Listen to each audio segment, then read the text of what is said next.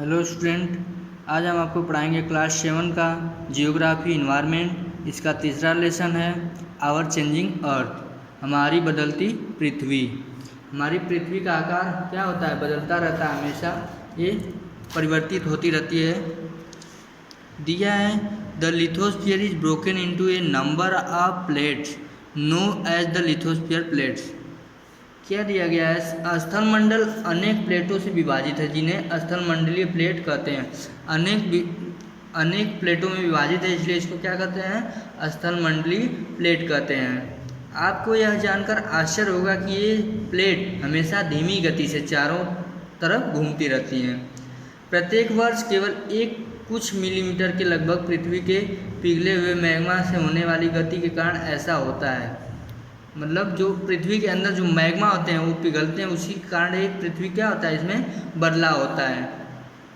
Plate की इस गति के कारण the movement of this plates causes change on the surface of the earth. Plate की इस गति के कारण पृथ्वी की सतह पर परिवर्तन होता है। मैंने बताया ना कि इसमें पृथ्वी में जो मैग्मा होते हैं उसको पिघलने के कारण पृथ्वी में क्या होता है? हमेशा परिवर्तन होता है। इसी के कारण होता है। पृथ्वी की गति को उन बलों के आधार पर विभाजित किया जाता है जिनके कारण गतियों में उत्पन्न होती है, जिनके कारण इनमें गतियाँ उत्पन्न होती हैं, उन्हीं के कारण इसको विभाजित किया जाता है, उन्हीं के आधार पर विभाजित किया जाता है। जो बल पृथ्वी के आंतरिक भाग में घटित होते हैं उन्हें अंतर्जातीय बल कहते हैं। क्या कहते हैं? इंडोगेनिक फोर्स कहते हैं। जिसके कारण अंतर बल स्थिति के आंतरिक भाग में होते हैं उसे क्या कहते हैं? एंडोजेनिक फोर्स या अंतर्जातीय बल कहते हैं। एवं जो बल पृथ्वी के सतह पर उत्पन्न होते हैं उन्हें क्या कहते हैं? बहिर्जनिक बल, एक्सोजेनिक फोर्स कहते हैं। एक्सोजेनिक फोर्स कहते हैं। आगे दिया गया है पृथ्वी की गतियाँ कैसे कैसे होती हैं। पहला दिया है इंडोजेनिक्स मतलब अंतर्जातीय बल, फिर आकस्मिक बल, फिर पटल विरूपण बल। पटल विरूपण बल में होता है पर्वत निर्माणीकरण बल। फिर इसमें आकस्मिक बल में क्या होता है? भूकंप आते हैं, वाल्कोनिक ज्वालामुखी और भूस्खलन होता है। उसके आगे दूसरे तरफ दिया है बहिर्जातीय इंडोजेनिक फोर्स। बहिर्जाती में आता है अपर्दन और निक्षेपण। और निक्षेपण में क्या क्या होते हैं? नदी बहता जल, पवन, समुद्री तरंग, हिमनद, ये सब इत्यादि आते हैं उसमें। जैसे यहाँ पे फिगर में दिया गया है, देखो a volcanoes is a vent in the earth of crust through which molten material erupts suddenly. ज्वालामुखी भूप्रपट्टी पर फूला एक ऐसा छिद्र होता है जिससे पिघले हुए पदार्थ क्या होते हैं? अचानक बाहर आ जाते हैं। क्या होते हैं? अचानक बाहर आ जाते हैं।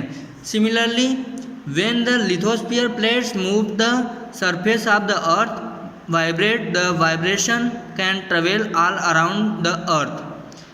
इसी प्रकार होता है स्थलमंडलीय प्लेटों की गति करने पर पृथ्वी की सतह पर कंपन होता है। यह कंपन पृथ्वी के चारों ओर गति कर सकता है। इस कंपन को ही क्या कहते हैं? भूकंप कहते हैं। क्या कहते हैं? अर्थक्वेक कहते हैं। आगे दिया गया है the place in the crust where the movement starts is called the focus। भूप्रपट्टी के नीचे वह स्थान जहाँ कंपन आरंभ होता है उसे उद्गम केंद्र कहते हैं। कौन सा केंद्र कहते हैं? भूकंपी केंद्र बोलते हैं, या इसको भूकंपी केंद्र भी बोल सकते हैं। इपीसेंटर कहाँ होता है इसका? The place on the surface above the focus is called the epicentre. Epicentre उद्गम केंद्र के भू सतह पर उसके निकटतम स्थान को अधिकेंद्र बोलते हैं। दिया है अर्थक्वेक प्रिपेयर्डनेस भूकंप के बचाव की तैयारी। भूकंप के बचाव की तैयारी where to take shelter during an earthquake, safes off under a kitchen counter, table और desk against an inside corner और wall, stay away from fireplace areas around chimney, windows that shutter including mirrors and picture frame। दिया गया इसमें सुरक्षित स्थान कहाँ कहाँ होते हैं? रसोई घर के काउंटर या मेज के नीचे, दीवार के अंदरूनी कोने में। इनसे दूर रहें। इनसे दूर रहें। आग वाले स्थान, चिमनी के पास अथवा टूट सकने वाली खिड़कियां, दर्पण एवं तस्वीर फ्रेम से पहले से तैयार रहें। अपने दोस्तों एवं पारिवारिक सदस्यों के बीच जागरूकता फैलाएं। मेजर ऑफ लैंड फॉर्म्स, मुख्य स्थल आकृति। The landscapes is being continuously worn away by two processes, weathering and erosion. Weathering is the breaking up of the rocking on the earth's surface. Erosion is wearing away of the landscape by different agents like water and wind and ice.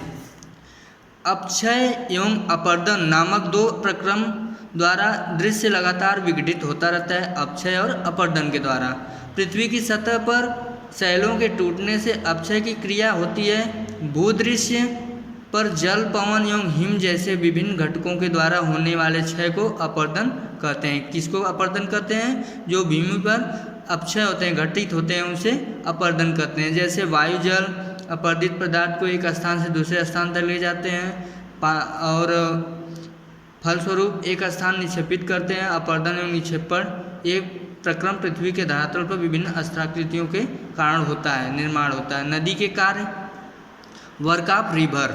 नदी के कार्य क्या होते हैं? नदी के जल से दृश्य भूमि का अपर्दन होता है। जब नदी किसी खड़े ढाल को, यहाँ पे क्या दिया है, when of river tumbles off steep angle over very hard rock और down the steep valley side from waterfall. जब खड़े ढाल वाले स्थान से अत्यधिक कठोर शैल या खड़े ढाल वाले घाटी से गिरती है तो वह जलप्रपात बनाती है। जब नदी मैदानी क्षेत्र में प्रवेश करती है तो वह मोड़दार मार्ग पर बहने लगती है। नदी के इन्हीं बड़े मोड़ों को विसर्प कहते हैं। क्या कहते हैं? मेंडर्स कहते हैं, विसर्प कहते हैं। इसके बारे में विसर्पों के किनारों पर लगातार अपर्दन एवं निक्षेपण शुरू हो जाता है।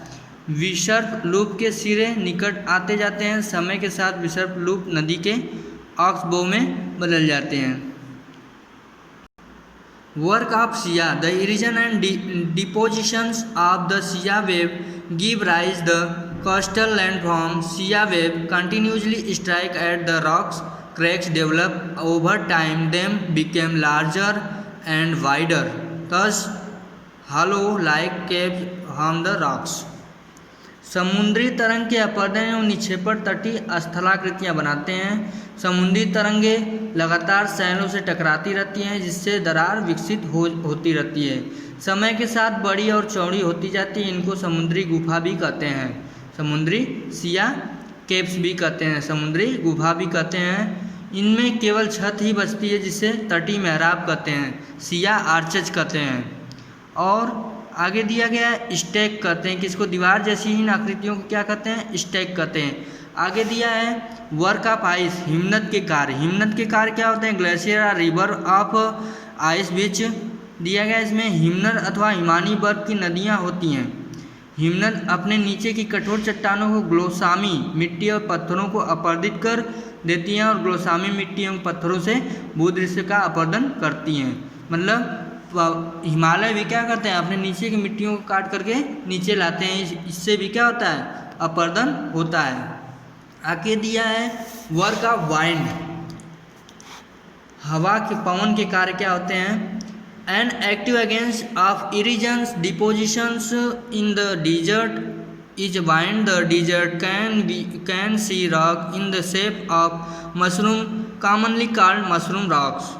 रेगिस्तान में पर्वत पवन अपर्दन एवं निक्षेपण का प्रमुख कार्य है। रेगिस्तान में ही पवन द्वारा क्या होता है? निक्षेपण होता है। रेगिस्तान में आप छत्रक के आकार से शैल देखते हैं जिन्हें सामान्यतः छत्रक शैल कहते हैं। ये सब किसके कारण होते हैं? पवन के कारण होता है। पवन का ही कार्य होता है कि वह एक स्थान से दूसरे स्थान तक ले जाकर के इसको काटते काटते क्या बना देते हैं? छत्रक शैल बना देते हैं।